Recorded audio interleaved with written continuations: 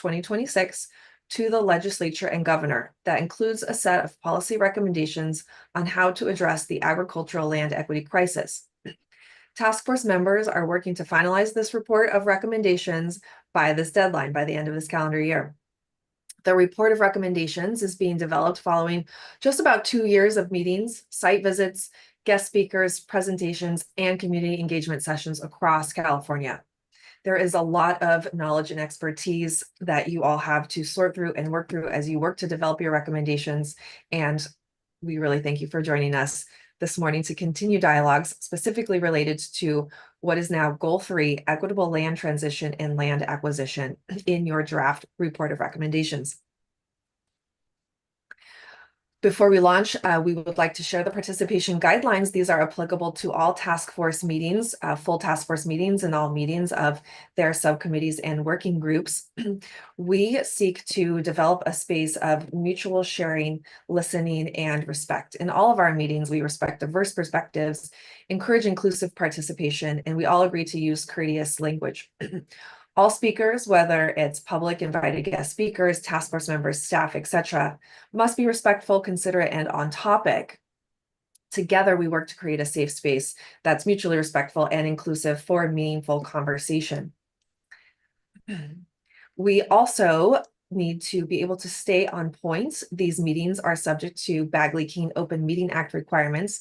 So the majority of our conversation today, once more specific to Goal 3, there is an opportunity for general public comment related to task force business generally, so inclusive of that outside of the Goal 3 conversations towards the end of our meeting today.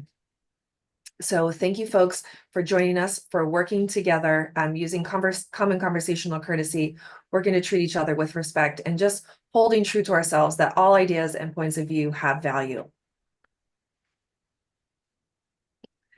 Public comment process.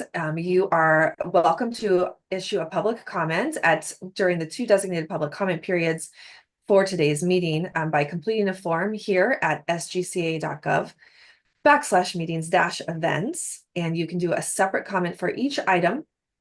It's also helpful if you raise your hand on your Zoom toolbar so that we know you're interested to get in the public comment queue and we know when to unmute you. A staff will unmute you when it is your time to speak, and we request that you please adhere to a 2-minute time limit on your comments, and I will help keep us on track with that. Zoom tips, folks, participants are muted upon entry. We will allow you to unmute when it is your time to speak. Please remember to help us out by muting yourself after speaking. Camera's optional. Great to see smiles. And raised hands feature is at the bottom of your Zoom toolbar, either as a hand icon or under the reactions icon, sometimes shaped like a heart. Okay, our plan for today is a working session. We've got 2 hours scheduled together. We're scheduled until 1 p.m. Our working session consists of first a review of feedback received related to Goal 3 from the August task force meeting. Jog our memories. It's been about 2.5 weeks since we were last together on this topic. Then we'll just engage in a robust conversation on the draft goal and all the sub goals contained therein, plus some ideas that haven't yet made it over into the draft report. We'll see where your thoughts are with that and what you recommend as a subcommittee. Before we close out, we will review action items and assign follow-up tasks and deadlines, because everybody loves a good deadline. We need the deadline to get the work done. And then we will make space for general public comment. All right, before we launch, let us do a quick roll call to establish quorum. Since I see a couple more folks have joined, please unmute yourself and say hello when I call your name. Let's start with member Chizo. What should I say now? Hello. Should I say I? Hi? I present here, accounted for. Okay, present. Member Thea Rittenhouse. Yes, present. Good morning. Member James Nakahara. Good morning, present. Member Irene De Baracua. Good morning, present. Thank you for being here. Not yet with us is member Doria Robinson. Doria will be joining as soon as she can to indicate. Oh, perfect timing, member Doria Robinson. Great.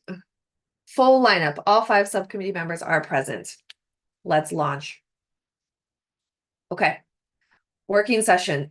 We will consider first specific revisions. We'll run through some of the commentary that was more easily incorporated from your August task force meeting, and then highlight some other areas where further discussion was required. And then we're going to talk about it and hear from you all what you think we should do. And then we will make time to talk about the order of the recommendations. So do you like how the sub goals are listed? Do you want to maybe change the order of some things in order to highlight things that might have more impact or makes more sense in terms of a flow state? And then also please keep in mind the scope and level of detail that's included within each of your sub bullets, the sub recommendations, because now is our time to really get particular about these things. So starting off with specific revisions, I'm actually going to turn it over to Caleb to walk us through this slide, but we've organized it in table format. There's a couple of slides like this. So let's start here about related to some of the requested revisions that we received back in August from the full task force and where they are at in terms of status. Yeah, hi everyone, thanks Megan. So as Megan kind of hinted at earlier, there was a request in the August meeting to do some kind of reorganization of the report to kind of elevate certain sub goals, just kind of move some sub goals around. And that is something that staff worked on in goal 3. So for 3.1, we elevated recommendations to establish new funding programs that are designed to serve priority producers and land stewards. So that is now what subgoal 3.1 is. And 3.2 is now the subgoal that requires the continual evaluation and improvement of funding programs. For 3.2b, we included recommendations concerning or regarding the recommendation that deals with implementing recommendations from CDFAs, BIPOC, and small-scale producer advisory committees. We added an explicit note that tribal nations should be consulted before implementing these recommendations. For 3.2d, which is around the recommendation mandating standard program evaluation metrics, we clarified that this applies specifically to land access programs and added language that requiring that there be development of tools to help reduce burdens on individuals and organizations in complying with these new metrics. And for 3.2 generally, we also added some language regarding the listing relevant agencies and programs so that they're easier to implement. We are continuing to work on this, but we added some language that is hopefully taking a step in the right direction there.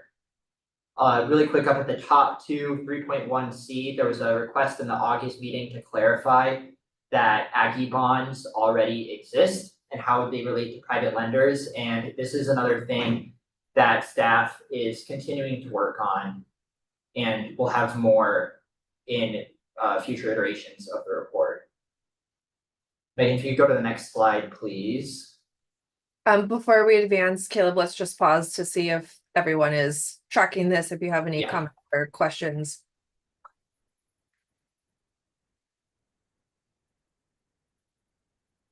Okay, hearing none, we're going to advance, but tell me to go back at any time.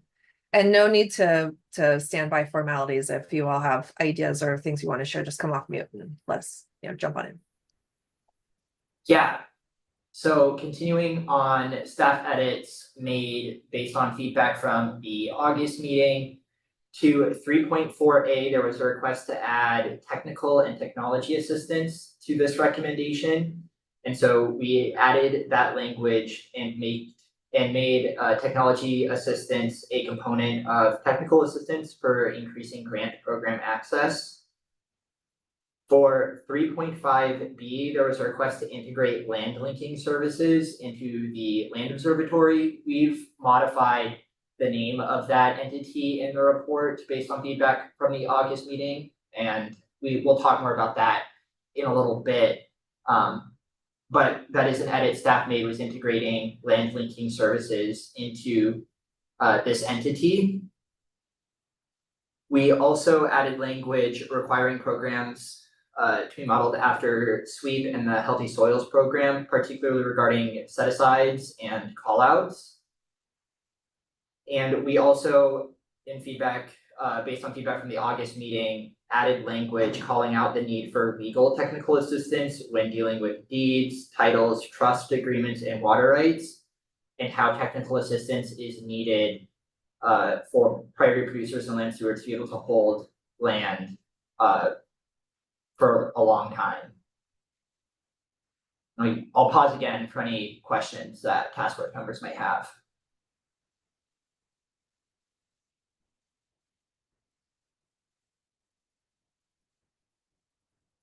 Okay.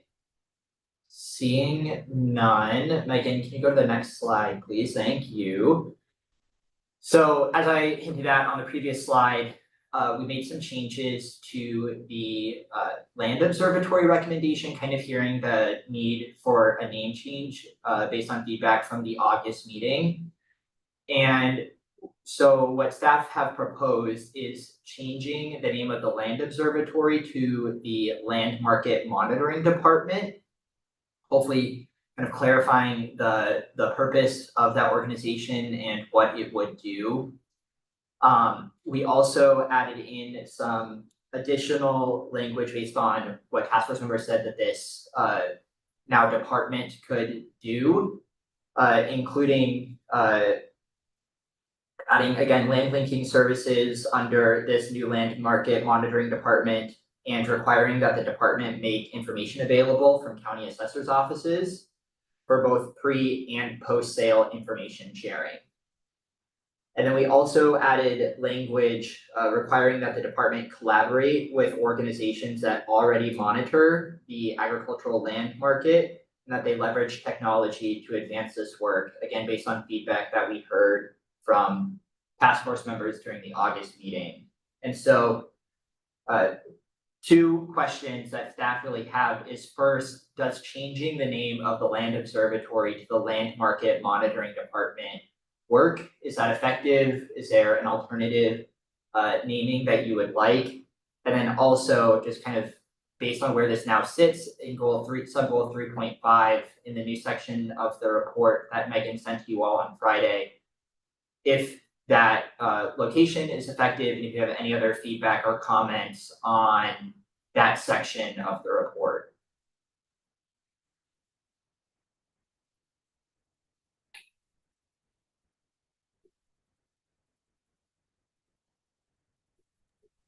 I personally like the clarity of the new name. I think that it doesn't leave it up to the imagination what its mission is. Great.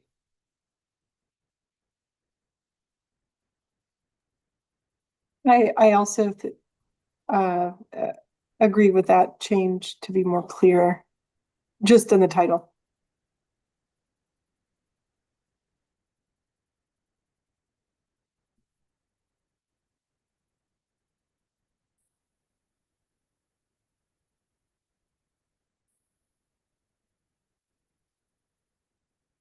Is there any additional feedback on kind of this broader section of the report?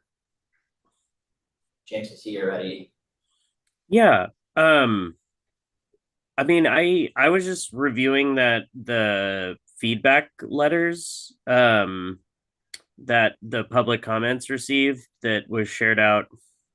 I guess, was that yesterday? Might have been yesterday. But there's a large, some of these have a large group of stakeholders. I think one of them has like 30 or 50 people who signed it, and they had some goal 3 specific feedback to share. And I think insofar as we're able to incorporate that feedback, if people think it makes sense, I mean, it's around the observatory kind of having more disclosure requirements for land holdings, and addressing administrative burdens is something that we've kind of talked about in multiple places throughout the report, and then cooperative development. But I think as things stand, there's a lot in here, but just wanting to there's a lot of different people who co-wrote that part, and I feel like, yeah, it's important to try to synthesize that feedback if we can. I also think it would be helpful to go back to either revisiting what problem was this, what problem was the land observatory or land market monitoring department seeking to solve?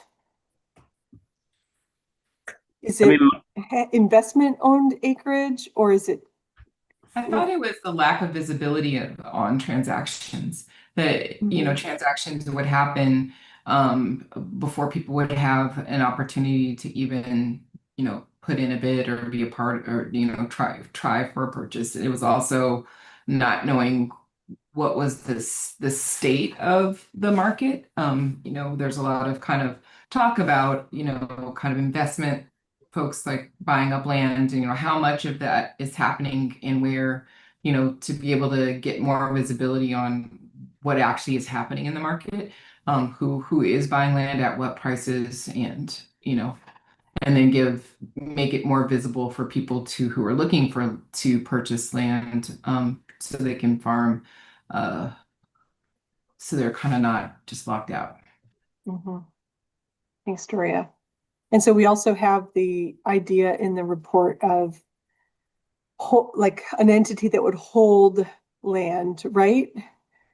Or that would be able to buy, protect, sell. Or was that the other similar solution to that, the problem of not knowing, or land changing hands or being bought up by entities or other farmers that was not accessible to many farmers?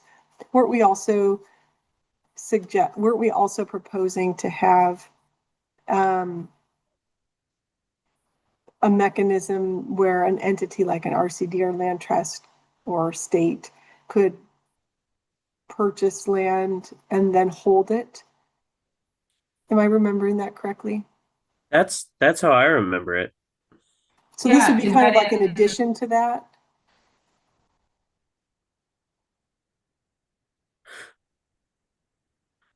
Go ahead, Doria. I thought that was in a different goal, but maybe I'm wrong about that. I thought this goal was particularly about just monitoring and providing information to support folks who are seeking to purchase land.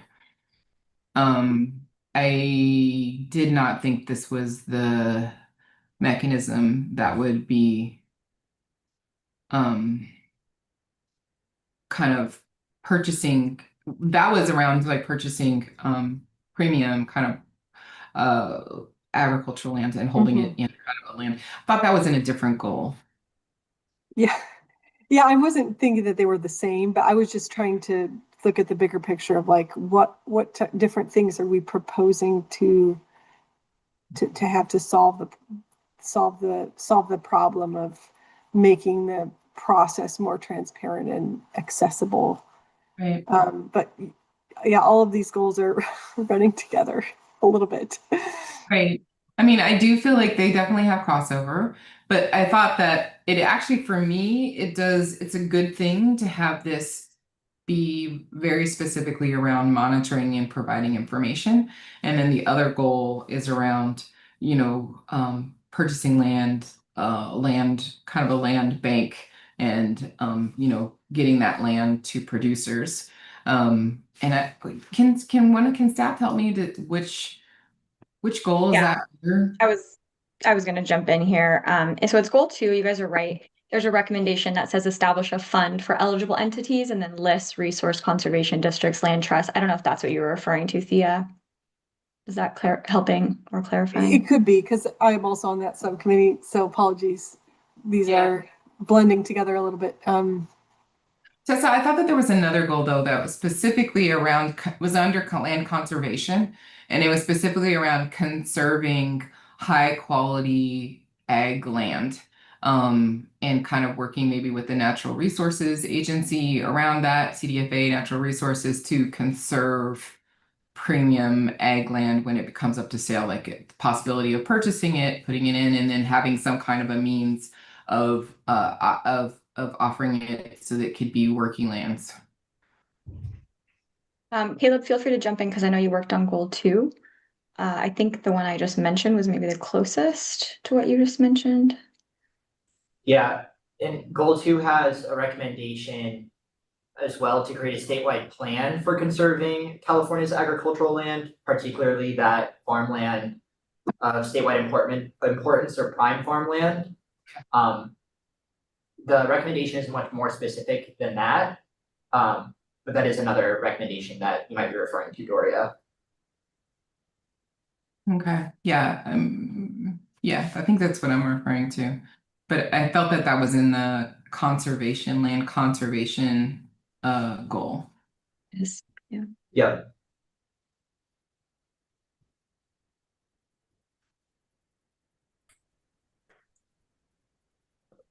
My reflections on this are just that, I mean, I think the land observatory here would function best doing what's kind of laid out in the, I mean, like, we don't have, at least I'm not aware of, like, a centralized kind of location for data around land in the state of California besides, well, there's a couple of places to get parts of the information, but not all of it. And I feel like land market monitoring department, land observatory, whatever the name of it is, would function to collect all of those things, analyze it, and be able to bring it to bear in support of other policy recommendations, like in support of the outcomes of the recommendations. And also to function with like a, I mean, if there was any body that would be able to kind of prevent bad faith land development, acquisition of land, I think that would also live in this under this like function. That's how I'm interpreting it, and that's what I would be. I mean, I think that makes sense. Just and they're, I mean, everything's gonna have, a lot of like unintended consequences, and I think starting up a whole other department, I don't know. It's like an open question about, carrying old tools around to build something new or building something new to create something new, and having to smooth corners. So yeah. James, can I ask you to elaborate on what you meant by this department perhaps being an entity that could intercede in the development of prime farmland? Oh, I mean, like, in the sense that if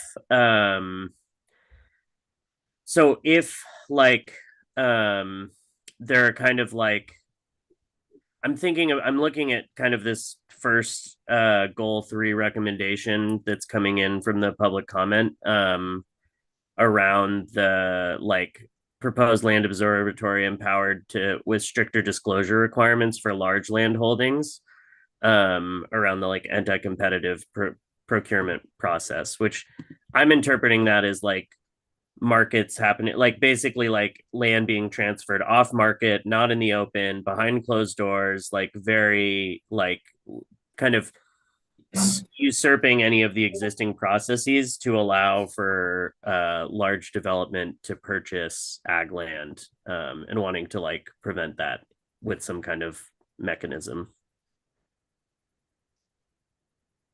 Got it. Thank you, James.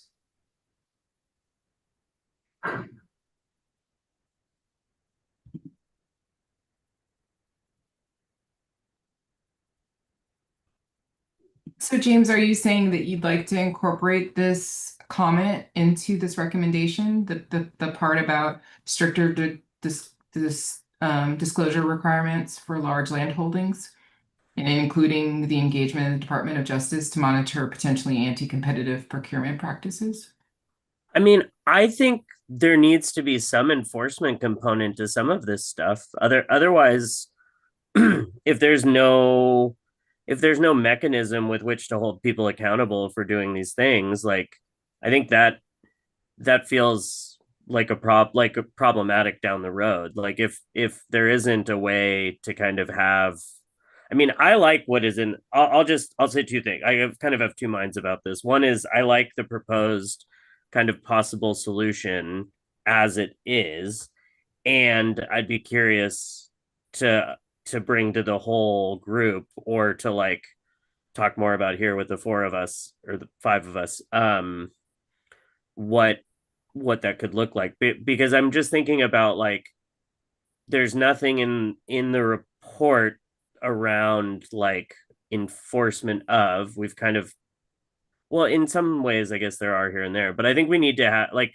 I think talking about a mechanism to like have account, like to enforce the bad outcome of private entities purchasing off market is like something that's really important, because I'm worried that that's what's going to happen.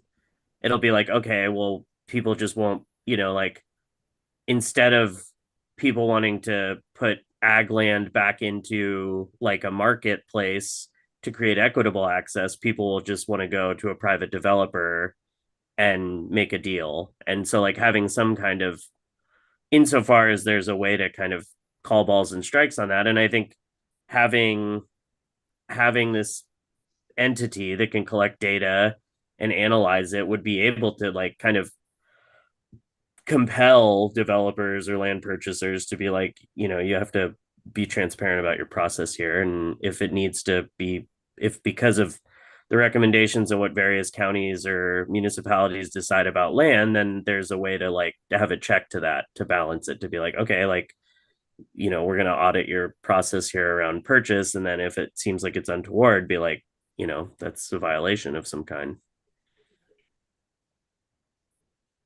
So I feel like what I'm hearing is that the way that the current land market monitoring department is conceived, which is very kind of vague, doesn't have enforcement capacity so that people could go around the process. Also, it's not clear kind of when the reporting happens, pre or post sale, because we haven't really described how the reporting of sales could or should happen. I remember there was conversation in the last meeting around having all land that's zoned agricultural have to comply with kind of a mandatory reporting process if it goes up for sale. And I don't see that in the recommendation. And I wonder if there's a conversation to be had around how do we, when does it get reported to this new land monitoring department, and how? Is it pre-sale? Is it post-sale? Is it from the assessor's office? Is it because it's zoned agricultural, and if they're going to put it up for sale, they need to report it within a certain period of time, or what is it? What is that mechanism? And should we say something in this goal so that it's clear? I really, just real quick, I really like that as a statutory recommendation or something, like that. I mean, that would put it into a statewide thing, or it's a recommendation that goes to counties to implement for all of their ag land. But that would address a lot of these things, to do that, to have it be mandatory reporting. That in some ways, I feel like that would bypass some of the other necessities that are being called out for this land marketing monitoring program. But I think they'd work together. I mean, yeah, I like that a lot.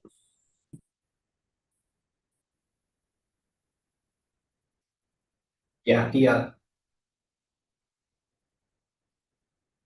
I think to me, I think, and we had a similar conversation earlier this week on goal 2 of like defining what we as a task force are recommending. Where's the line between, well, how much detail do we go into? are we saying enough or not enough, and how to better define that. So I think what we're suggesting here might do that in a case that we can say what we can, and then some of those other details are going to be worked out potentially in legislation or actually the creation process. This is a big long-term process to create a new department or program where that would lie within the state. That's going to take money, and it's going to take time and legislation to have that happen.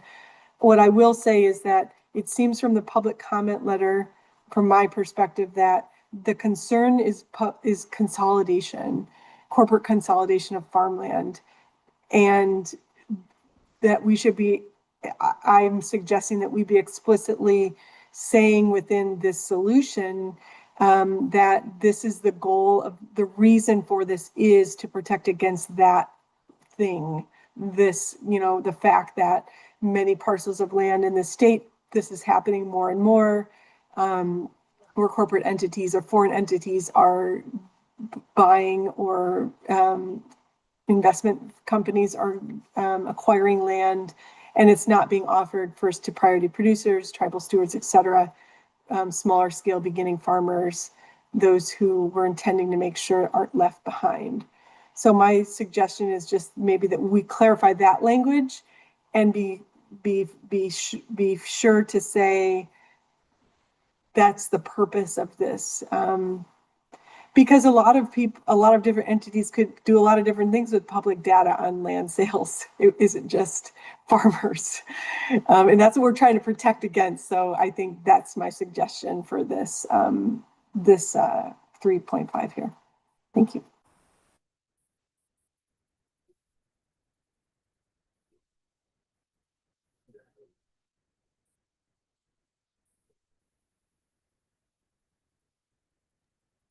Thea, could you put into words what you would like, what you think the direction we should go in terms of what to add?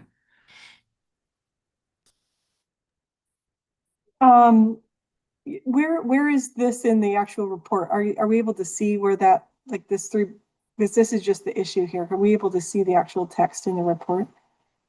Caleb or Tessa? Yeah, Megan, can you pull that up, please? Or Megan? Progress. 1 second.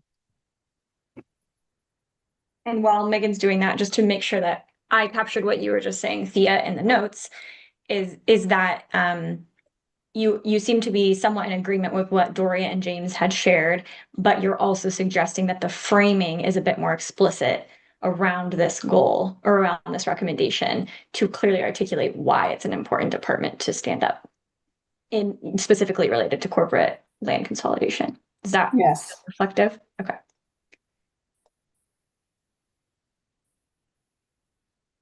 I do wonder if we should call it a department or we should call it a program. Because a department, as you say, is a huge undertaking and might be a lot more off-putting than starting with a program. Yes.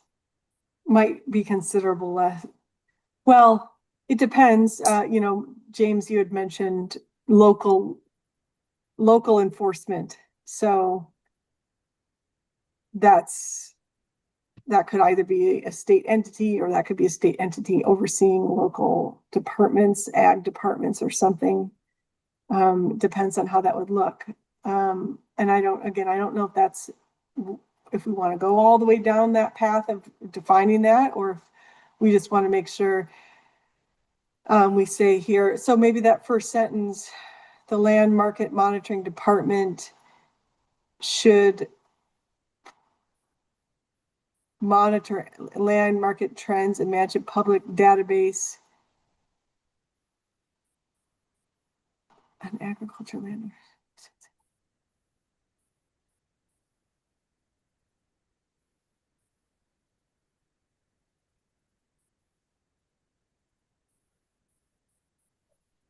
Sorry, I just need a minute to read this.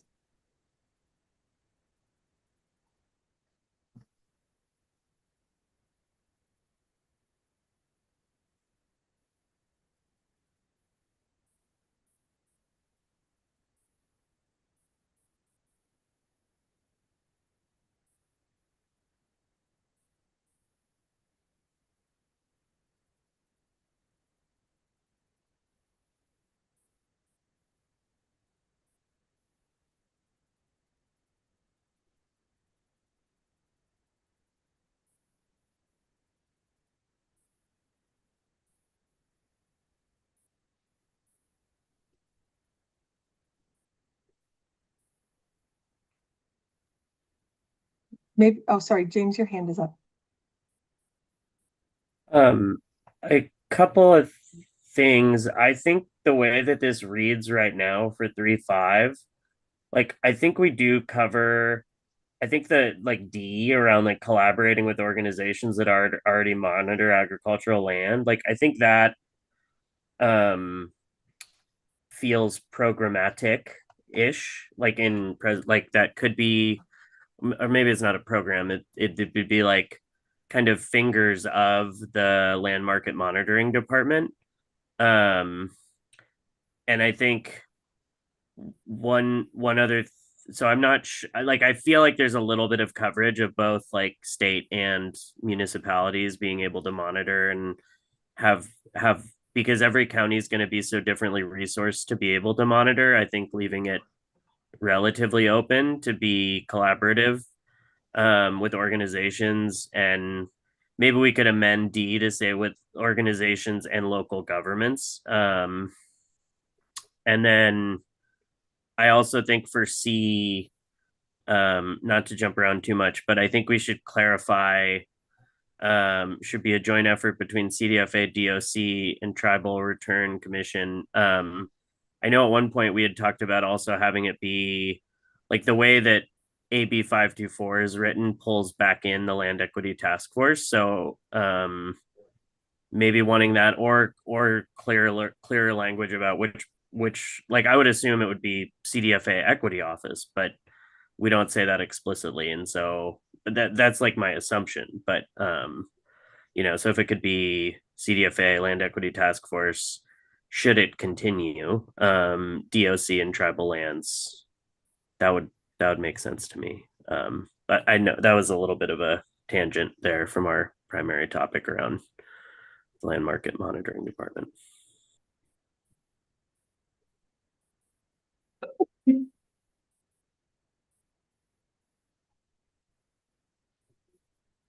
Kind of wanted to offer as well that we could possibly strengthen the framing in the opening to 3 and paragraph 2, where we talk about consolidation of land and name it as a concern.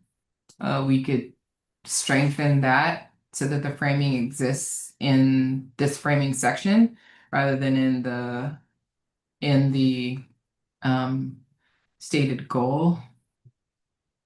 With that help or not so much, Thea? I think so. I was also looking at A and thinking that we could further say like the purpose. Why are we monitoring? Why are we just only monitoring that? Aren't we trying to monitor because we should monitor ag land trends and manage a public database of those things in order to ensure priority producers, the groups that we're talking about here, access. Have access to more opportunities to purchase land. Yeah. So yes, I agree with what you're saying, Dory. We could further strengthen in the intro, and then also maybe here in A as well. Because B and C, those are solutions that are that those are also services to help make that happen, right?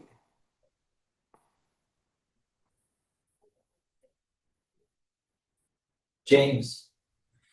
I really like the in order to or in service of or to, like putting an outcome tethered to implies like necessary action, and that I know we can't we're not going to rewrite a bunch of statutes around all this stuff and put them out there for people to use, but I think tethering an outcome to that piece is important around like in order to, in service of, so forth.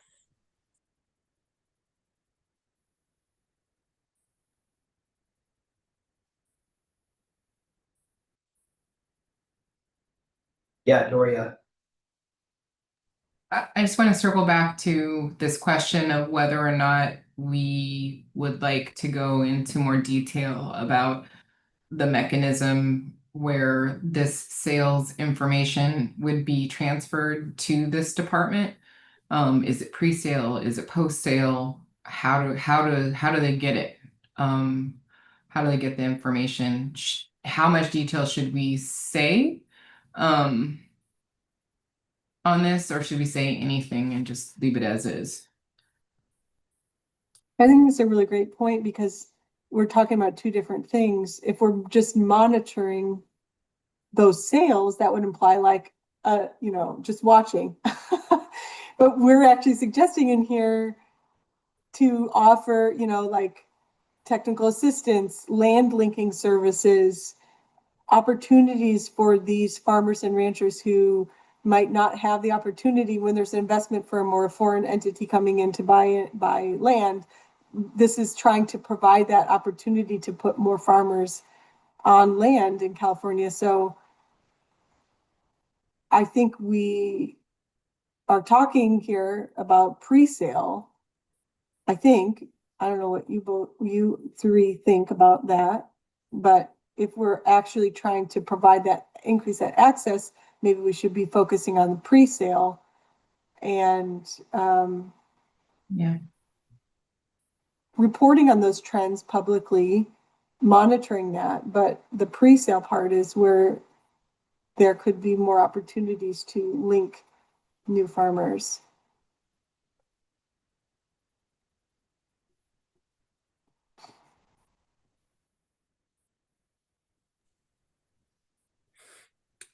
I'm wondering if maybe I think pre makes sense, but I'm also wondering if there is going to be this department development and collaboration with local governments and counties and stuff, like maybe it should start with an audit or some kind of census of all ag land. I know that's like a tall order for sure, but like it gives a baseline for everything, even if it's an audit, like, not like it's all going to happen everywhere and then there'll be one thing, but like start with, like, the recommendation is like audit, all of the available agricultural land, and then have provisions that I do think there's like, making the data free and available for or shared publicly, feel like is important, but I do think there's like privacy issues there too around like protecting privacy. So in terms of what information can be shared, I think it should be shared. I'm interested in like some kind of audit or census taking place as the first order of business for this, to be able to, like, instead of waiting until land becomes pre-sale, because when I'm thinking about like bad faith actors developing, like trying to purchase land, like that might not go on the market. And so there isn't a way to capture it unless there's a prior audit of that land, or some way to flag it so that it's like known.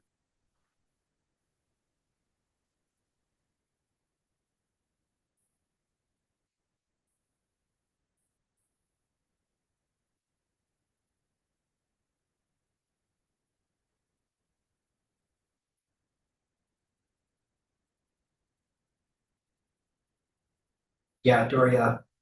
Yeah. So it sounds like I'm hearing that maybe there are some subpoints of this item of A.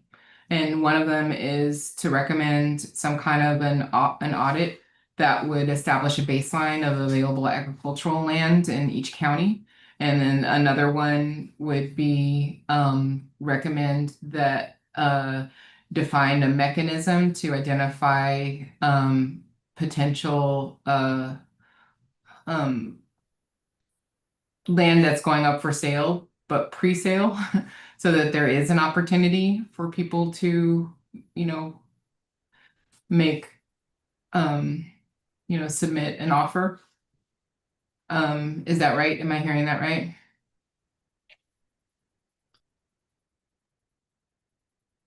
I think so. Yes. Yeah.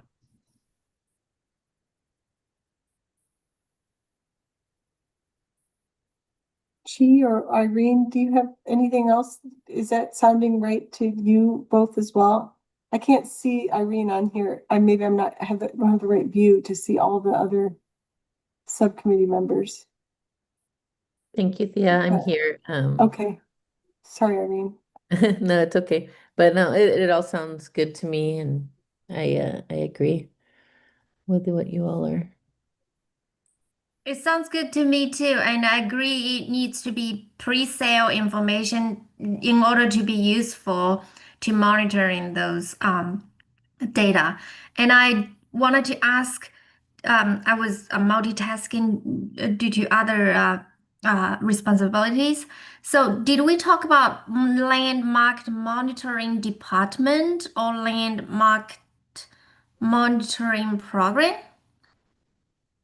I feel like landmarked monitoring program may be more suitable.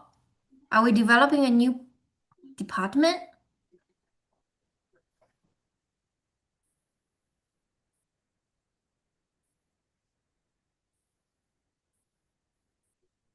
I had a similar concern of like, that's a lot to chew to kind of launch a whole department, but maybe a program would be an easier thing to kick off. And maybe over time, if it's successful, if it's useful, it could scale up if it's needed. Mm. Yeah, I agree.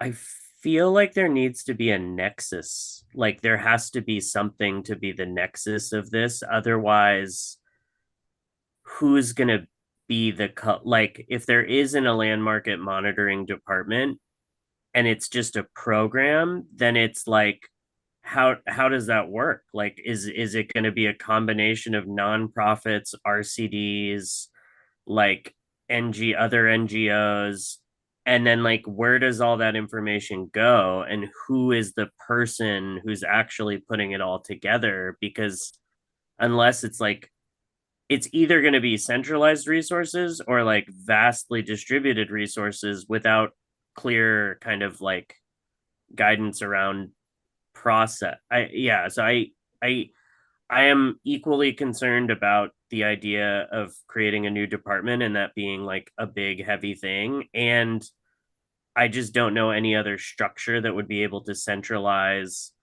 this and hold it all. And I think if it's all managed by different organizations in different parts of the state, I don't know if we'll get the outcome that we want.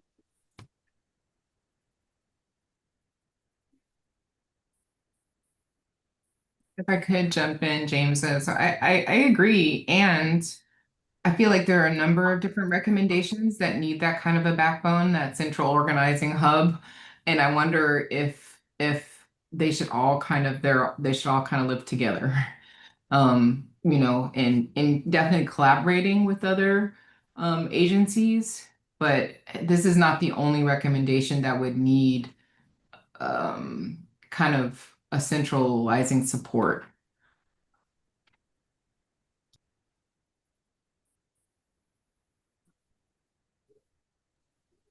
I don't know who is next. And you can go, James. Okay. I totally agree. I mean, I think if we're just trying to get this specific outcome, maybe a program's the way to go. But we have so many things floating throughout the entire report that could use a central like nexus to hold it, that I think that would be a very good topic for our next in-person meeting with the whole task force, to talk about what it would look like to actually umbrella all of these things that don't currently have a good place as the kind of central hub for. That makes sense to me. That makes a lot of sense to me.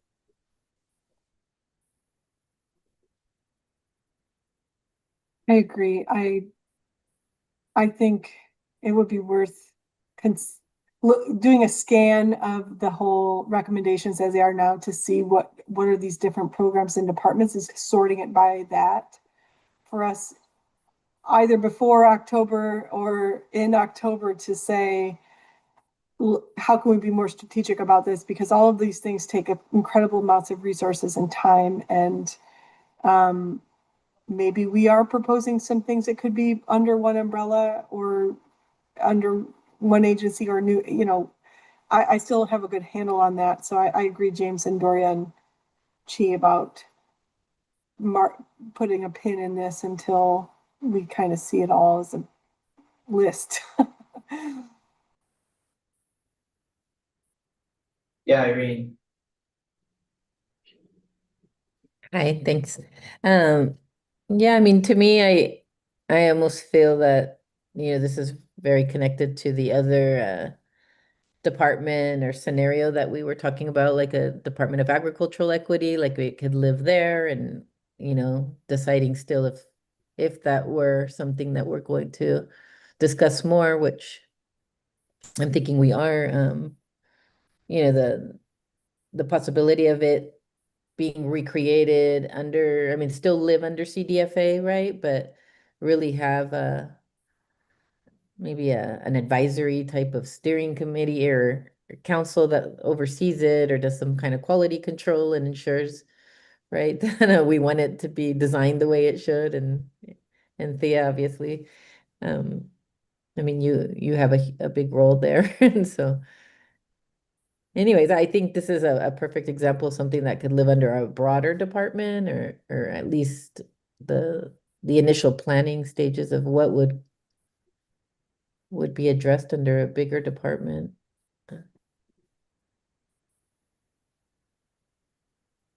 Yeah, thanks. I mean, staff can work on kind of, yeah, as you mentioned, scanning the report, identifying other parts of the report that might have a similar issue or challenge associated with it, and identify where to keep that conversation moving forward.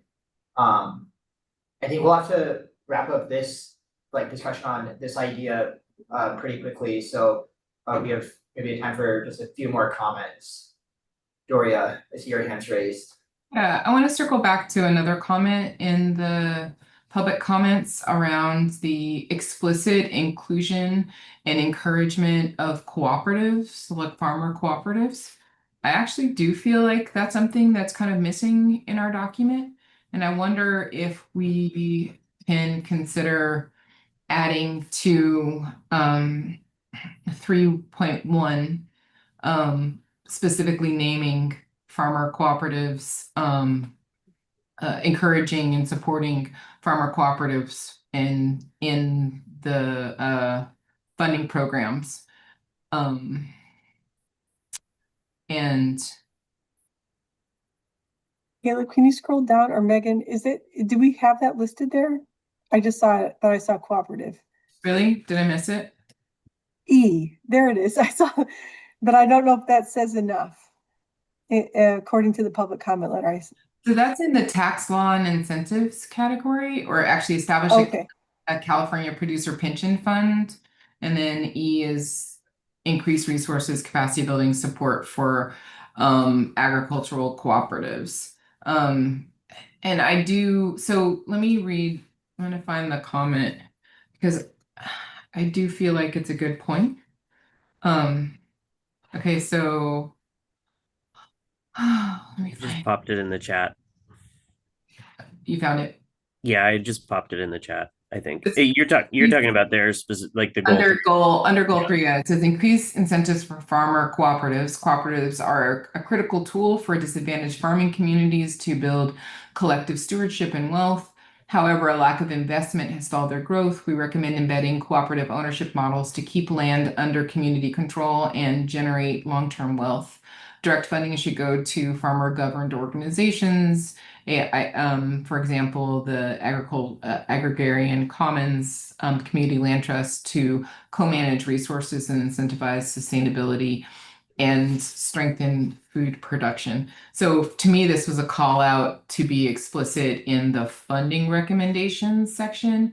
I would think under loans and under grants to explicitly kind of support applications from agriculture or farmer cooperatives.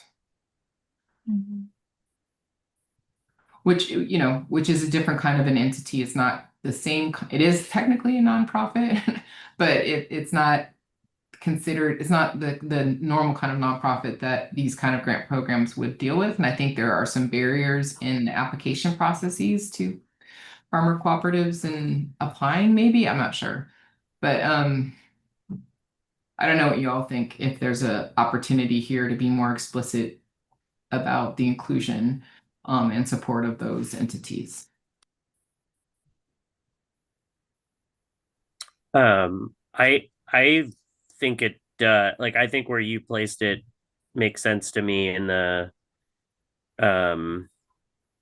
tax laws and incentives and loan program piece. The one part I would just like, I actually like all the language in here other than the I don't know what is meant by we recommend embedding cooperative ownership models. Like embedding into what is a question, and I don't want it to then create a barrier for like just businesses, right? Like ethical, sustainable businesses who are, sole proprietors or general partnerships from accessing that funding too. But I do think calling out that there is this, like, when you have a farmer governed organization that might not be housed under a nonprofit or a certain business entity structure that could preclude access to funding, we need to address that problem. Like that, I think that makes a ton of sense. And but the only thing I would kind of strike just for vagueness would be the like embedding cooperative ownership models. Like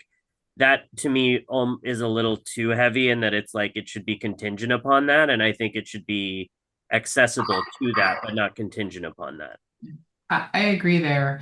I also feel like there's one other piece that was talked about in our session. So one, I would like to make sure that we capture that, and I don't know if staff captured that or not, like that explicit inclusion under the loans and the grants to include cooperatives like explicitly, because they are just a different kind of entity in how they move, and sometimes there's barriers to them gaining access to resources. And then the other part that I remember we talked about in the loan section, where we talk about forgivable and reverse amortization loans. I think we had a conversation about connecting land stewardship practices to whether or not loans would be forgivable or have more aggressive kind of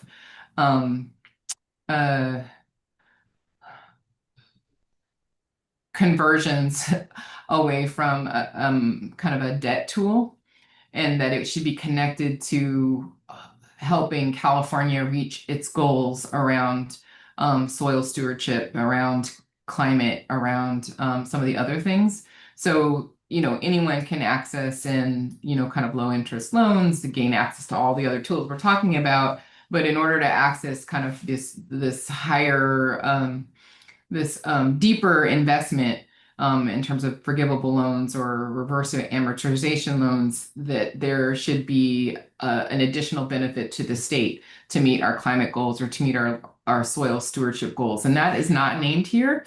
I'd really personally like to see it named as within the recommendation. I don't know what other people think.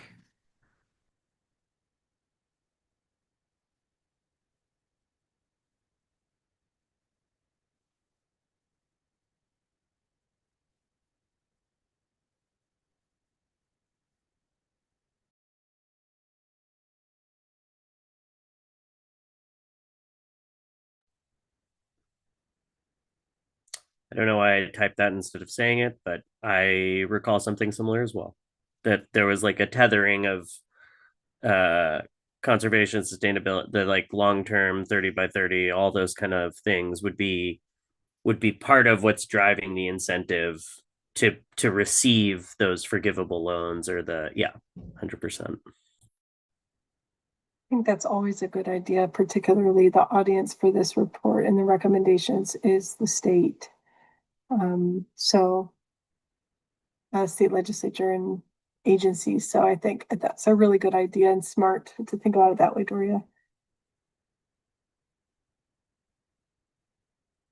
I would love to see that just added as either a kind of a sub item of this BI, kind of a BI1, or a clarification on the item. Mm-hmm.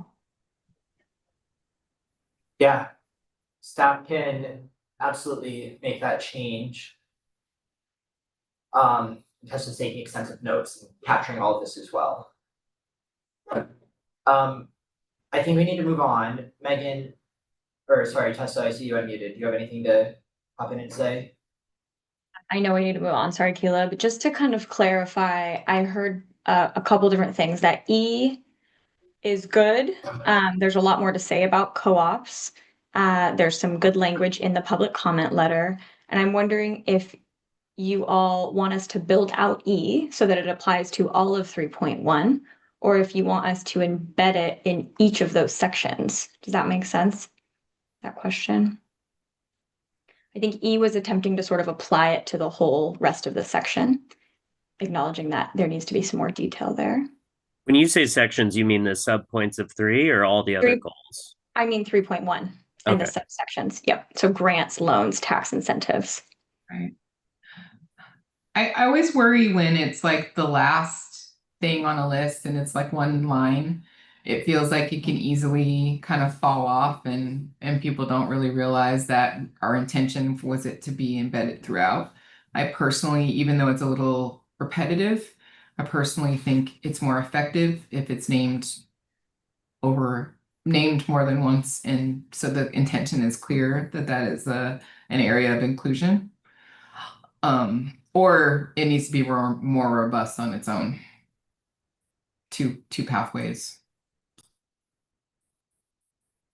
I also want to note here that agriculture, like there's different things that the public comment letter was a little more specific. We have a lot of agricultural marketing co-ops in this state of commodity crops. So we should be clear about what kind of cooperative we're talking about here.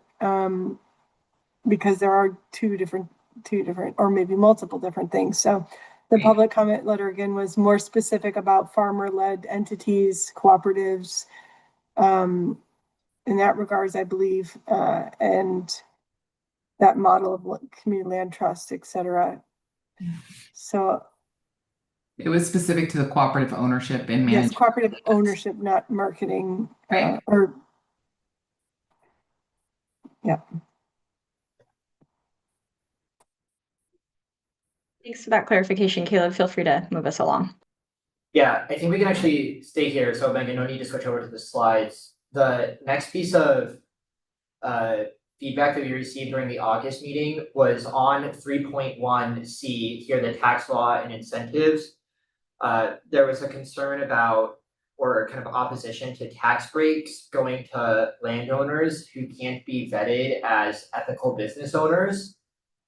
And so the kind of initial response to that could be tying landowner tax breaks to certification as ethical business owners, but we know that is not very specific or could be operationalized in a lot of different ways. And so wanting to get the task force's feedback on that kind of idea as a solution, or if there are other solutions that we might want to propose for addressing this kind of tax breaks only going to ethical business owners idea.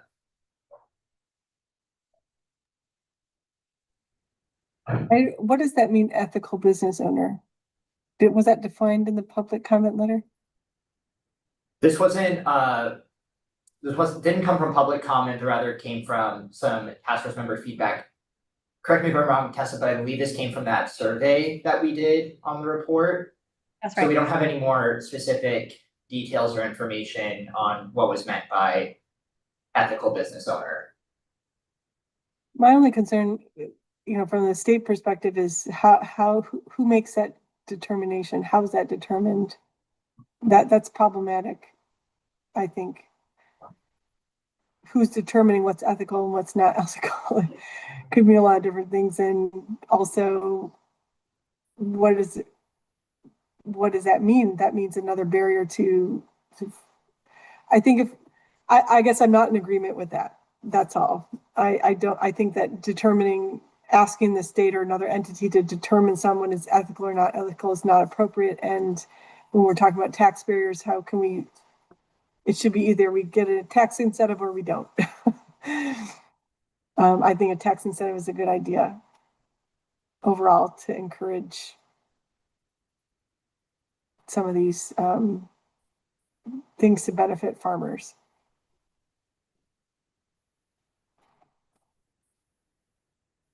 Yeah, I agree with what Thea's saying, but I don't agree with the use of the word ethical, and what does that mean, right?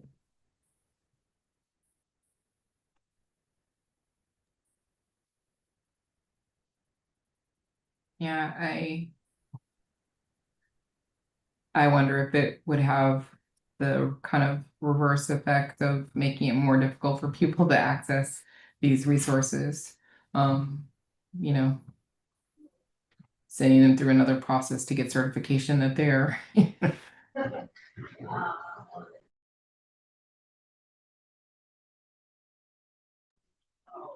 Great, that's helpful. I think we can move on. We just wanted to touch base with the subcommittee on that piece of feedback. Megan, if you could now scroll down to 3.2D. So during the August meeting, we heard concerns that mandating these standardized program evaluation metrics might create some undue burdens or some significant burdens for priority producers and community-based organizations and other entities that might be involved in kind of providing information regarding these program evaluation metrics.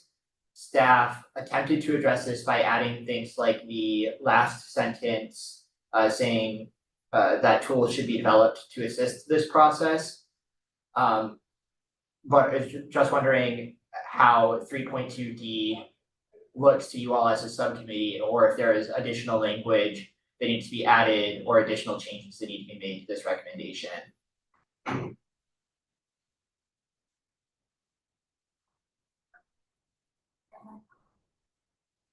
Yeah, Doria. Yeah. So the way I'm reading 3.2D is that this is a recommendation that's specific to land access programs run by the state, right? And so we're asking these state land access programs to collect a standard set of information so that we can evaluate impact across programs using the same metrics, right? Like this shouldn't be a burden that's bared by the people seeking support from those programs, but rather by the programs themselves to make sure they include, these questions on their applications, right? So questions about demographics, questions about geography, questions about acres impacted, questions about dollars invested, number of stewards impacted, length of lease, right? So that then that data becomes available to understand the impact of getting, the goal of this task force, to make recommendations so that more primary producers are gaining access to land, right? So I guess my point is that I don't see how this is creating an undue burden. It feels like adding some specific questions to applications. One more point is that I think that it came from when we were looking at all these different grant programs, how it was kind of hard to assess the programs because they didn't ask some of these questions. And so we couldn't really compare or really understand impact.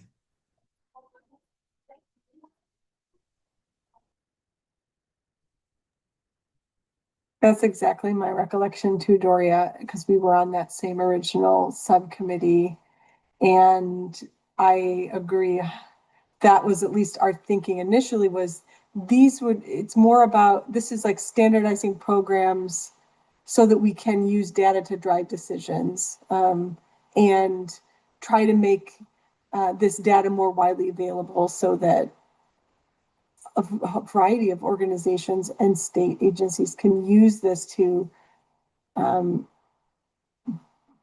improve grant making and improve land access. So I agree that this wouldn't necessarily create burdens for priority producers or land stewards.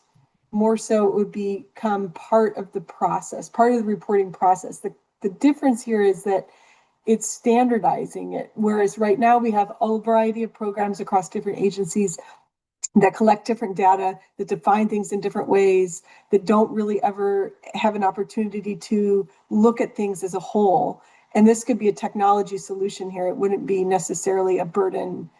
It's important to note that it would be taken into consideration about a burden, but the point of this part was more so to be focused on the state programs themselves and how they're collecting that data, and hopefully making an easier process actually than it is currently for organizations and or producers. With the ultimate outcome goal of being able to really clearly see state impact, like what is the collective state impact across the state? What impact are we having on these goals? When you consider all these programs together.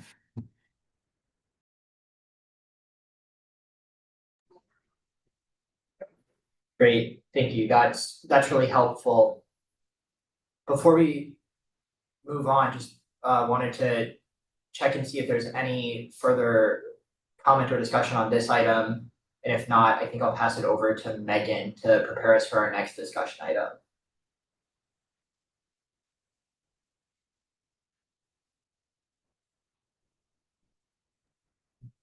I'm going to switch us back to our PowerPoint slides. The balance of our time, we will likely focus on this conversation around land consolidation. So just to preface this discussion for us, this is an idea. This was percolating in your conversations during brainstorming phase. This concept is not yet carried over into your draft report.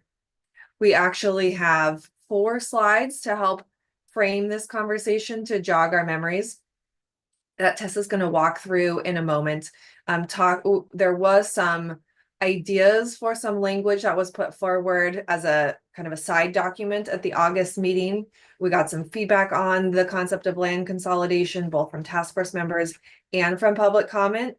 So we want to lay that all out for you, as I said earlier, as a buffet of knowledge for your consideration. So 4 slides, and then we'll talk about it.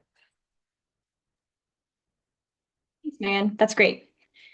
So yeah, as you all can see, what we have on this first slide is the language that was put forth in August as sort of a proposal to discuss.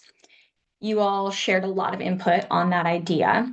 And we have kind of summarized some of the feedback that we heard from you on the second half of this slide. So you all posed, questions about the legality of these proposals, and then asked some questions about like alternatives. So are there financial disincentives that could be used to make these types of corporate and financial institution purchases less attractive to those entities?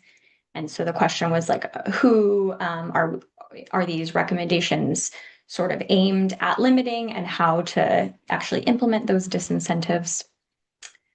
And then you all shared some questions around balancing disincentives, like caps on appreciation, so how much land could sell for, and then also really making sure that if that is the case, pairing those types of solutions with farmer pension funds and other measures to really ensure that security at the end of one's career and the ability to retire. And then finally, just kind of an overarching question about what could be done to reduce reliance on appreciation. And so this theme could be addressed throughout the report. And it was noted that, land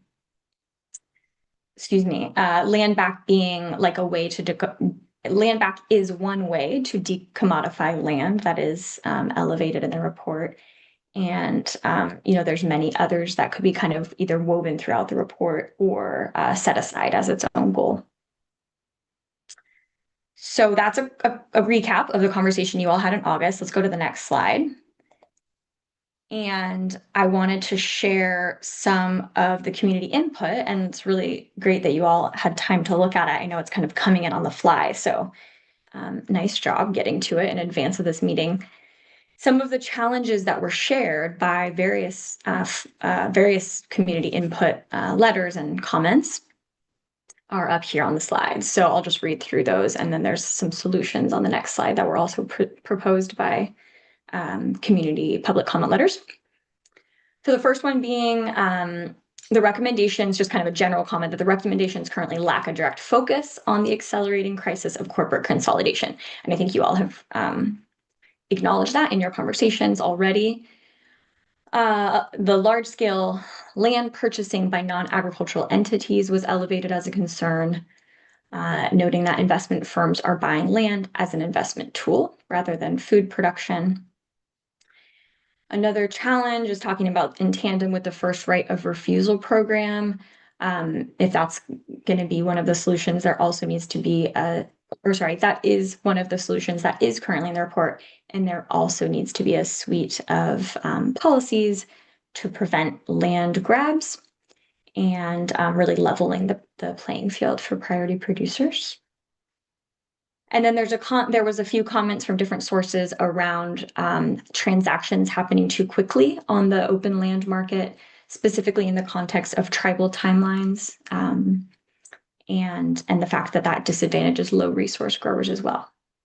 And then public funding takes too long. So also not keeping up with the land market at times. So those are the challenges that were shared. And then go to the next slide, please, Megan. And I wanted to share some of the solutions put forth by community comment letters. So all up here on the slide. One suggestion from the public comment was adding a separate goal, adding a fifth goal to establish these policies and regulations. Establishing protections against land speculation and extractive economic activity, and then slowing down land transactions. And those three were sort of generalized solutions. I think these next two bullets are more specific sort of mechanisms that were put forth. And so the first one there is requiring community benefit agreements. We can talk about what that means if helpful. When large plots of agricultural land are sold, and then having enforcement mechanisms to make sure that those community benefit agreements are honored or enforced rather. And then a couple other mechanisms shared were adopting a corporate farm law, which would limit corporations and private investment funds from purchasing or leasing farmland. This could include requiring agricultural landowners to be affiliated with agriculture in some form. And then instituting a corporate land ownership fee. So in the event that these entities are owning agricultural land, there would be some type of fee that would then go into funding farmland acquisition for priority communities.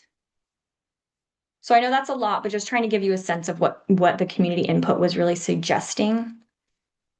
And then the next slide and the last slide that I'll share, and then we can kind of walk back through these if helpful with discussion. So this is just outlining some of the main points of the Farmland for Farmers Act, which was a federal piece of legislation that was put forth in 2023. It didn't get passed, but it's kind of seems to serve as a model of some of the community input that was shared. So some of it is repeated, and I put that in brackets. The first bullet there is suggesting that these entities are restricted from purchasing or leasing agricultural land. So that was reflected in the last slide from community input. And then there's a comment here, which is that there should be important exemptions made for certain groups so as not to unintentionally exclude farmer cooperatives, heirs property owners, etc. And then there's a note around this, there should be state authority to regulate and track corporate ownership of farmland. I just noted that this seems reflective of the land market monitoring or land observatory ideas that you all have been talking about.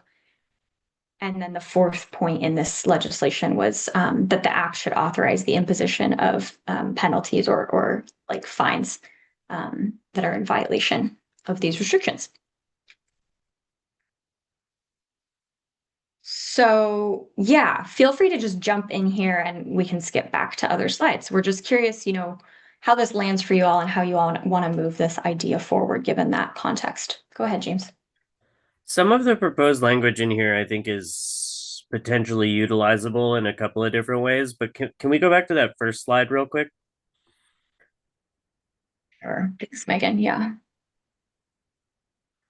Or sorry, yeah, this one. The banning financial service organizations or subsidies from acquiring title, I feel like if we have anything like this, we need to be extremely clear about, I mean, my understanding, and I don't know this inside and out, but my understanding of investment institutions is that there's a lot of different, right? There's like banks and credit unions, but there's also like pension funds and things like that. And I don't know that we want to be like excluding every single investment institution from being able to acquire title to land in the state of California. I'm positive there are some like equitably built, values aligned organizations. I think if we're talking about hedge funds, private equity, things like that, sovereign wealth funds, I would be more inclined to, unless that sovereign nation was a tribal nation. And that's like an example where I'd be like, I think there needs to be like an exemption for this. But I just think there's a lot.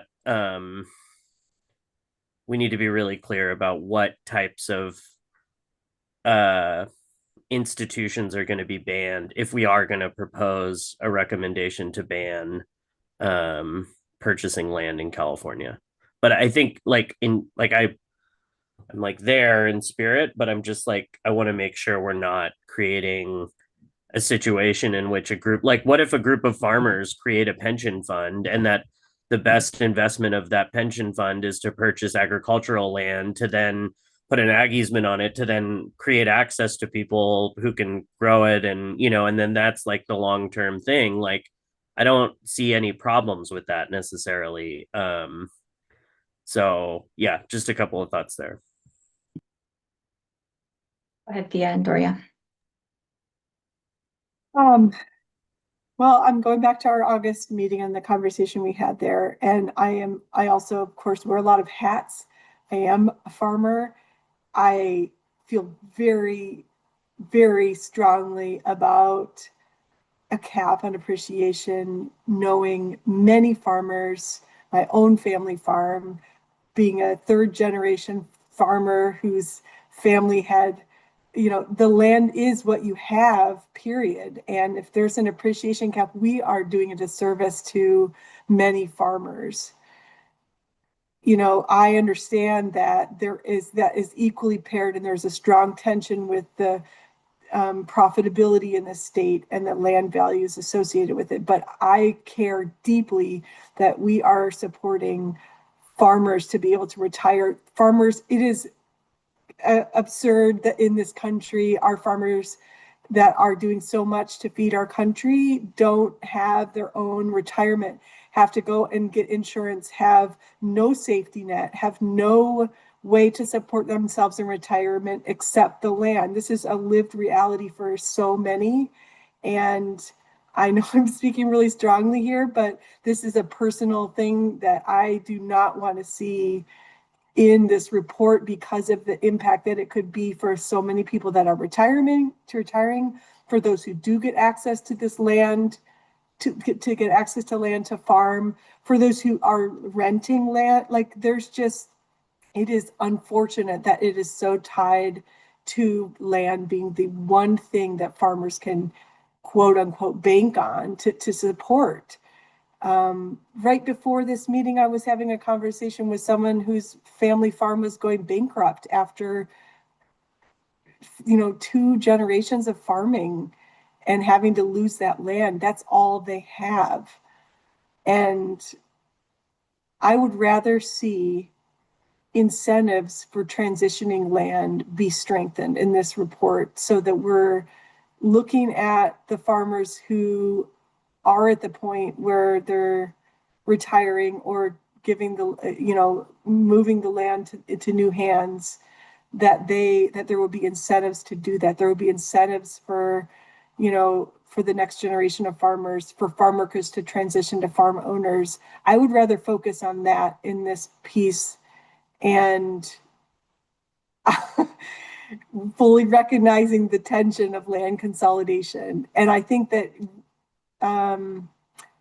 goal 3, maybe we can get more at that land consolidation part with the land observatory and maybe some other shifting of incentives, maybe. But I feel very strongly about not putting anything that would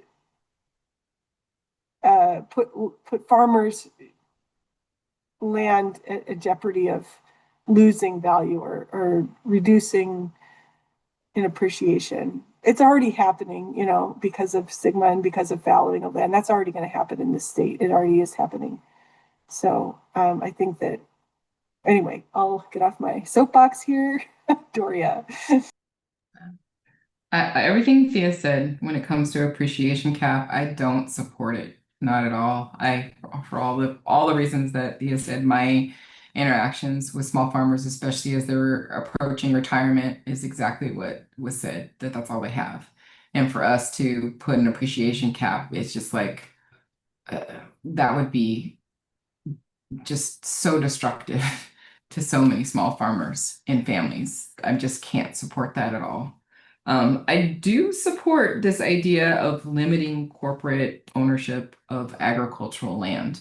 And on the next slide, where it was more clearly put out as a recommendation to answer some of the concerns, I felt like there was some good language there that we could pursue, and maybe referring to the Farmland for Farms Act and how it was proposed would be helpful. But I like that. I don't know where exactly we could put it so that it was clearly included. I don't think it should be its own separate goal. But maybe I'm wrong about that too. I'm not married to that idea. One other thing that I wanted to bring up was that early on, there was this one concern that was brought up around how public monies and monies for even some private money, foundation funds, don't move fast enough to accommodate the pace of land transitions, land sale. And early on, we proposed the possibility of a public-private partnership, where there could be a fund that could step in early on in a transaction to help facilitate the transaction, like a private fund. And then, that then could be kind of swapped out later on. I know that currently the way that usually state grants work is you can't purchase the thing and then get a reimbursement because you needed to move faster.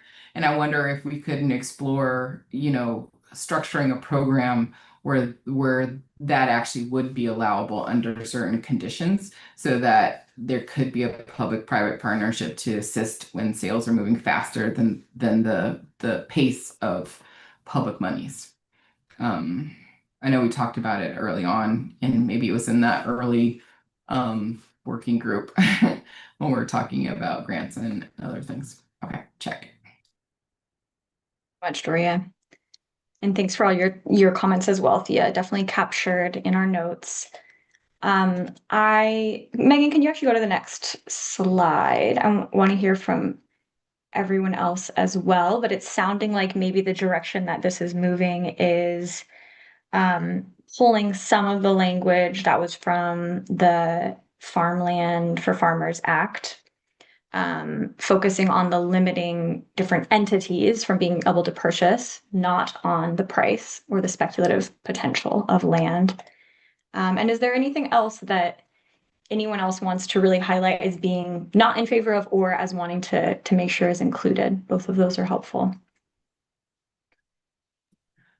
We had a really interesting conversation at our city council about how we have to be very careful about naming corporate, because there's many things that are technically corporate, including cooperatives, including, nonprofits, including, many LLCs, technically corporate, and that's a vehicle that actually allows, for some protections for individuals, although there's just an individuals or family members or different community members behind it. So I think that if we're going to move forward, we have to be very careful with the language, so that we're not unintentionally limiting small farmers, family farmers, because they're using a tool, for liability protection or other things. Right.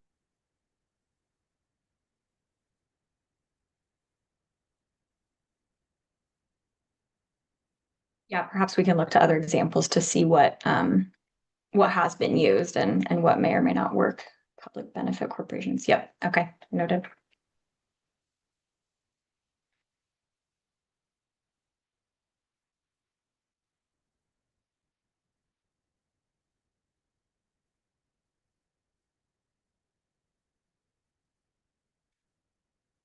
Okay, anything else that we went over that anyone wants to flag? Maybe Megan just pop to the next couple slides slowly to jog people's memories.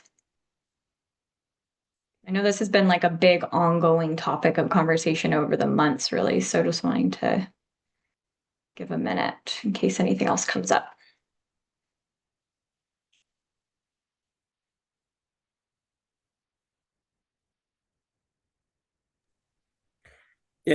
Just generally, I am hard pressed to want to put forward recommendations that kind of have a universal standard for like I'm just worried that if we say like everything, every sale of like large plots of agricultural land need to have a community benefit agreement. I'm not against it necessarily, but I'm thinking, and like slow down land transactions. Like I think slowing down large development purchase of agricultural land transactions should be slowed down, but a lot of times farmers need to like if they have the ability to purchase land and get onto it, they need to make that transition quickly. Like that can't be this like you get a year to just sit around and wait. Like people, their whole livelihood is in the soil, and like if you can't get into that new soil, so like in some ways I'm like, yeah, we need to slow down some transactions. In other ways I'm like, we need to speed them up, like if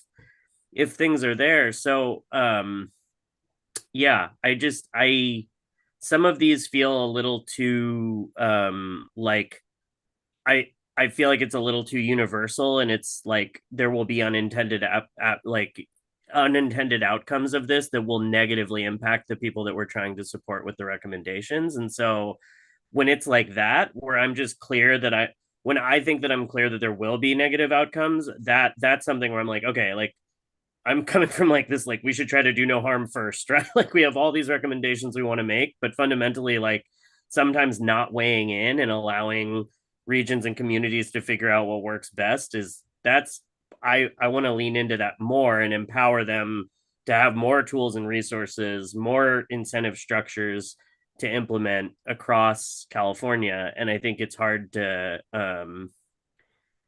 do that if we're saying something like every, sale of large plots needs to have X, Y, and Z. Although I do think if it's so large that we know who those players are involved and it's not the type of people that we're talking about, then I do think creating some type of I'm a big fan of like free prior informed consultation, methodologies for community engagement where, like a project cannot proceed until there has been direct consultation with the community and stakeholder engagement into the process. I feel the same way about participatory budgeting. That's a whole other topic, but like, yeah. And yeah, I'll leave it there.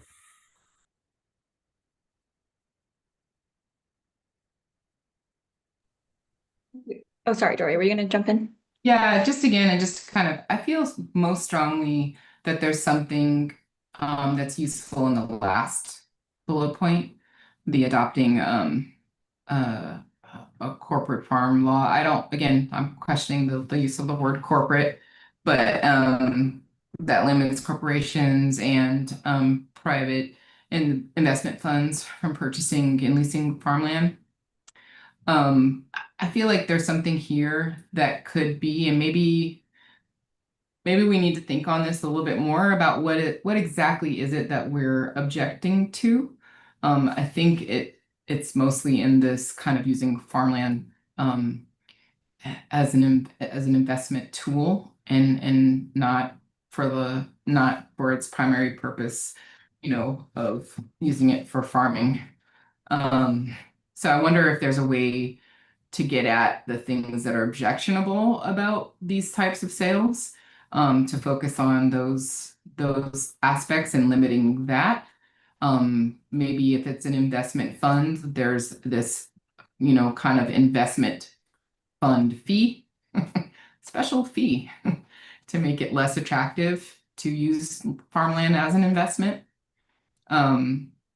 But yeah, I feel like this piece of these things are the one thing that I feel like there's something that we should really possibly include. Great, thank you. Anything, Caleb, how do you feel about this section? Are we ready to move on? Any other final questions? I feel good. I don't have any additional questions.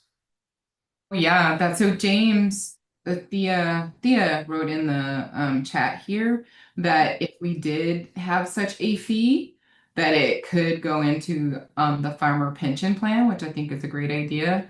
I also think it could go into the land conservation fund, investment fund fee. We don't want to make an incentive to have more investment in with funds buying land, but that I like thinking through where this fee would go as well, if there was such a fee. Yeah, I just wanted to make one final comment on this, which is like, maybe we just need to look at our approach, like Doria's saying, of shifting instead of disincentivizing, like how are we like making that work? I don't necessarily think that we're going to change this from happening per se.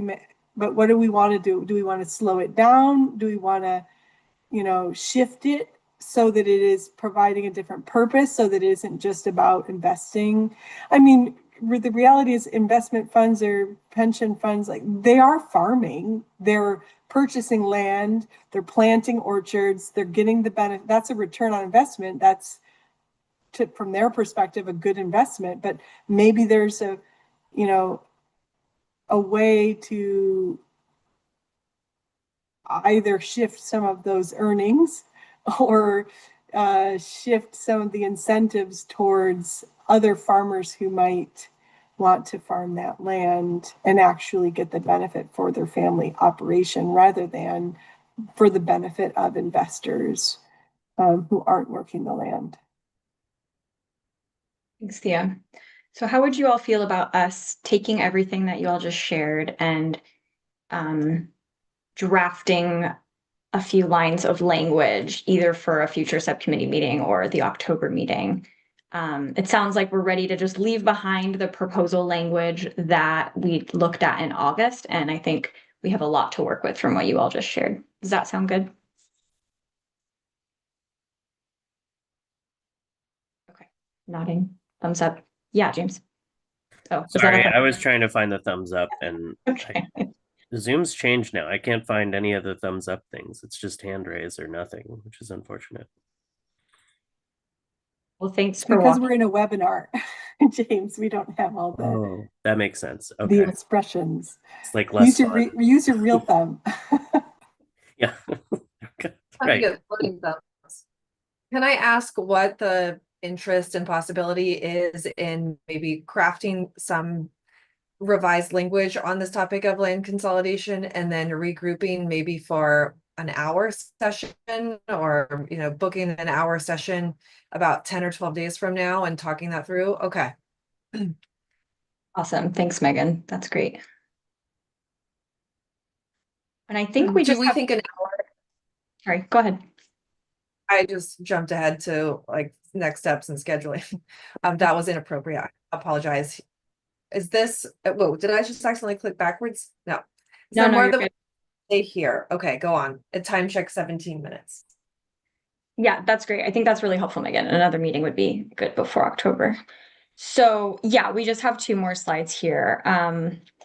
And it actually feels a bit, some of these are, I think, have already been touched on. Here is, so this is separate. Sorry to now go back to some of the recommendations you all already talked about. The distinction was that earlier when you saw these tables, that was from your discussion, and now this table is from community input. It's all blending together, which I think is serving to be effective. But here's some additional community input that we wanted to flag for you. And as we did in the last tables, we just kind of proposed one path towards incorporating some of it. So we're looking at goal 3.4, which is supporting tailored technical assistance and capacity building. I think I have that right. Let me actually pull up the language.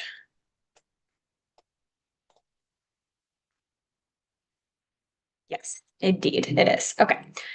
So there are some suggestions about small additions. So I think this first one you all kind of already discussed, which is about incorporating co-ops more thoroughly. I think that you shared incorporating it in a number of different places, including like the loans, grants, and tax incentives. This one is also suggesting that it is incorporated into the technical assistance rec. So if that sounds good, you know, we'll kind of draft up the language and add support for cooperatives as like it's a separate sub goal. So A, B, C, D. So that's what this first one does.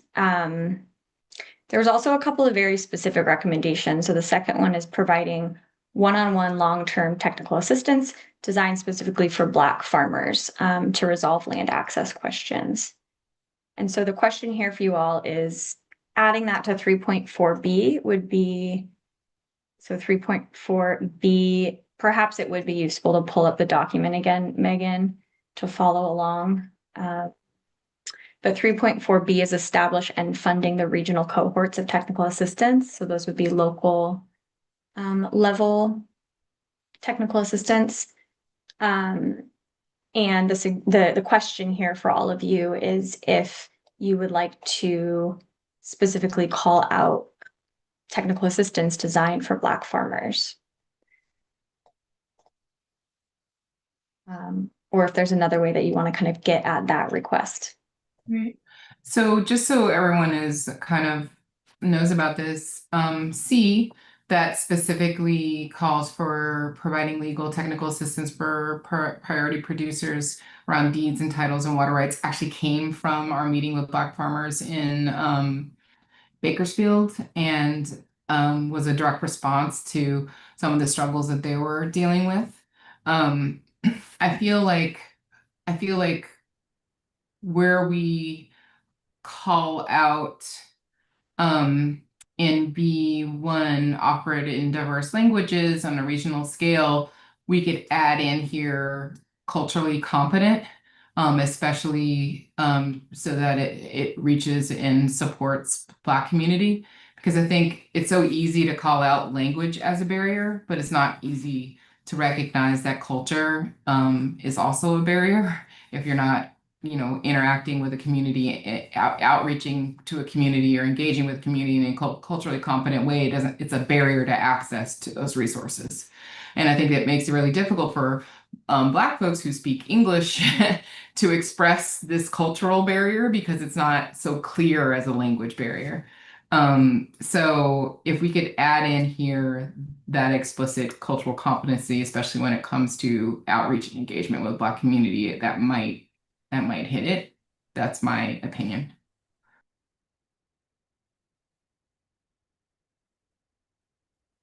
James, do you want to jump in? Are you thumbs upping with a raised hand, or are you commenting? I'm commenting. Well, and thumbs upping. I mean, I agree with the cultural competency piece.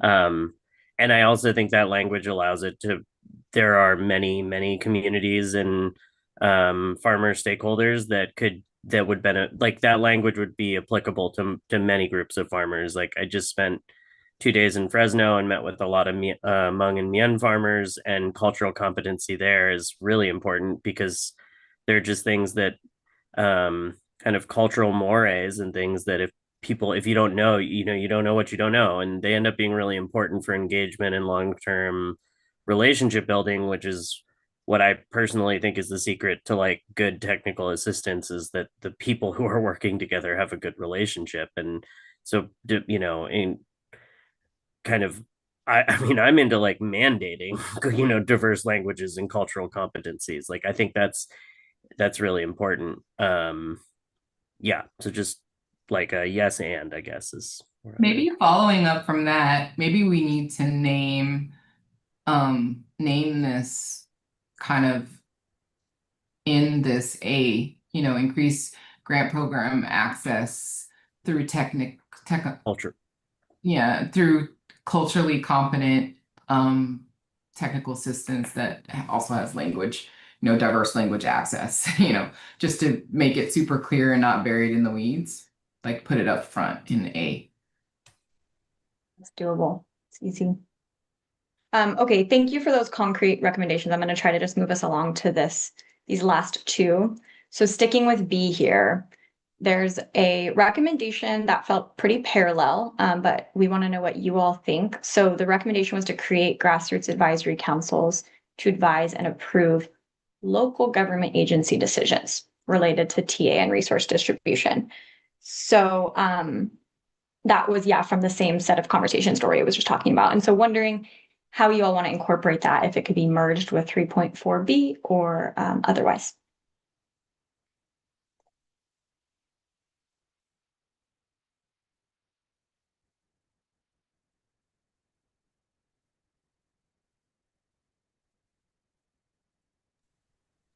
James? Yeah. This touches what I kind of think is important around like community engagement for decisions that impact community resources. And that the part of this that feels problematic to me is like create local grassroots advisory councils. I'm like, who's doing that? Who's paying for it? How is it happening? And maybe it's okay to just leave it as like a recommendation to create, and then various municipalities and communities can figure out how. The part that I feel a little bit more strongly about is that local government agencies decisions related to resource distribution should be publicly consulted in a way that's like directly tied to whether or not something can go on in terms of like public consult. But maybe I'm getting a little lost here because this is specific to decisions related to technical assistance and resource distribution. And that, I mean, like, I have no problems with what's in here. I have questions about how it's going to look in the real world. And if we need to give it more kind of structure or less. And maybe the answer is less. Maybe it's just like leave it as it is, but. Yeah. Yeah, I think similarly, just in my experience forming an advisory group at the state level of farmers and from historically underserved communities. And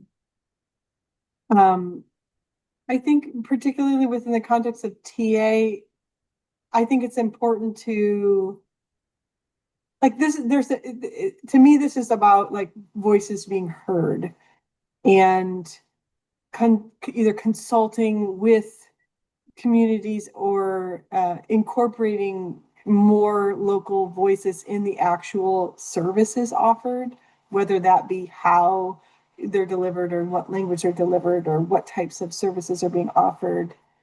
I think it's important to have that built in.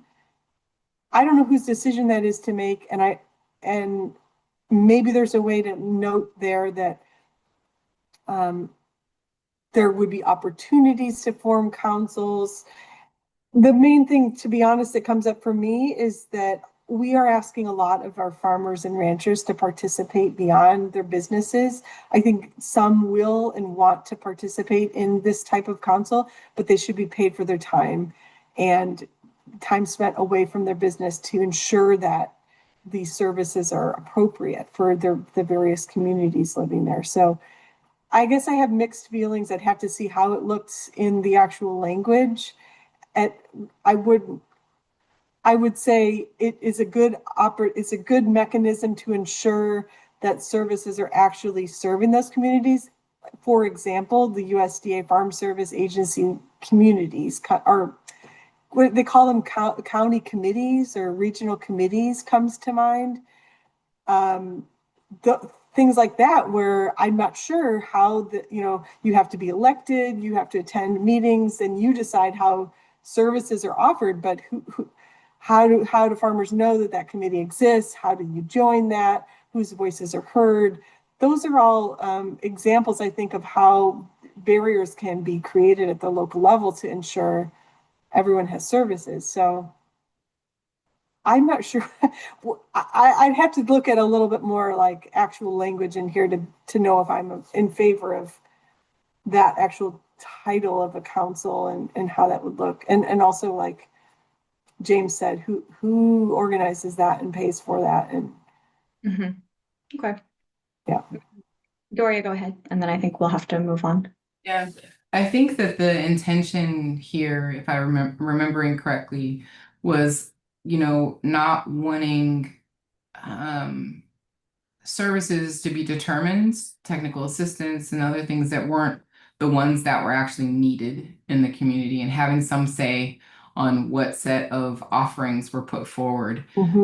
And finding that the existing bodies were not inclusive of explicitly in this situation, Black farmers, Black-led organizations' voices. So there wasn't a place where their voices were being heard in the already existing advisory councils, farm agency things. And so they were wanting some other body where their voices could be heard, and it would be kind of the thing. I have my same concerns about. I'm not sure how much the state could be involved in this and mandate this, and it's going to happen on a local level, and then how do we even know that a grassroots advisory council has the same issues that the other ones do. So I hear the concern, and I'm wondering how do we look at technical assistance and resource distribution and have some kind of a community vetting mechanism, so to make sure that what is being offered and how it's being offered is truly serving the communities it's meant to serve. I feel like I'm not sure that another grassroots advisory council is the right way. Maybe we can encourage a grassroots advisory councils to be formed. I'm not sure that those could also, have the same kind of problems as other advisory councils that already exist. But maybe there's some other way to make sure that all of this technical assistance that we're recommending is actually culturally competent, is accessible with language and serving the actual needs in the community, and not just some set of services that the service providers want to offer but nobody needs. Great. I think that's clear. I think we need to wrap up, but I'm wondering if maybe we also revisit this topic in the next meeting, and we can probably also reserve the following slide for the next meeting. So, Megan, I'll just pass it back to you to kind of close us out.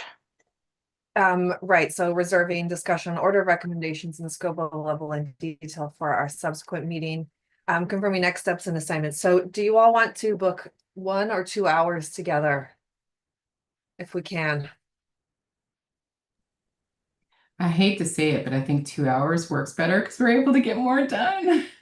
But it's hard to find the 2 hours, but at 1.5 hours, 2 hours. Yeah.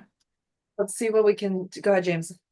I was just going to agree. I think I think two is long, but we get it's enough time, and given the kind of constraints at the beginning and the end with how we have to be subcommittee, like all the process stuff, I think a 2 hour meeting's an hour and a half of talking, a 1 hour meeting's 30 minutes of talking, or 45. So like being able to have the space, even if we need to dip out, I think is good. 2 hours would be my vote, especially because we're only going to be doing this like 1 or 2 more times total, right? I mean, this is yeah. Agreed. So folks, please send me your calendars, screenshot, or however you prefer, for the week of September 15th as the earliest we can do for our 10-day requirement. So 15th through the 19th, we can even look at Monday the 22nd as the backup plan. Okay, let's pause and see if there's public comments related to either your working session discussion or task force work generally. Jamie, thanks for joining us when you're ready.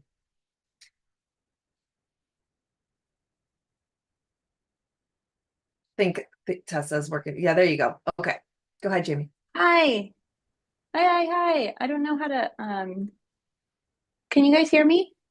Yes, you sound great. Okay. That's okay. Yeah, I'm sorry. Hi, everyone. You all know who I am. I haven't had a chance to like come and provide comments in a lot of these meetings, so I'm just appreciating the like nerding out that you guys get to do. I know that probably seems like work and you've been doing this a lot, but it's been kind of pretty great to listen.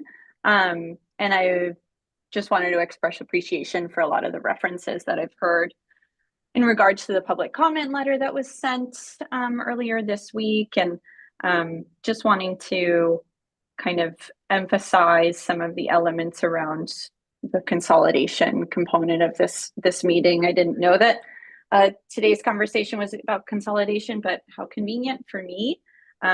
Just kind of urging the need for kind of an emphasis, whether it's a separate goal or other components to kind of outline how important it is to expand either, whether it's corporate or whatever word we want to use to really prevent the consolidation of our agricultural land.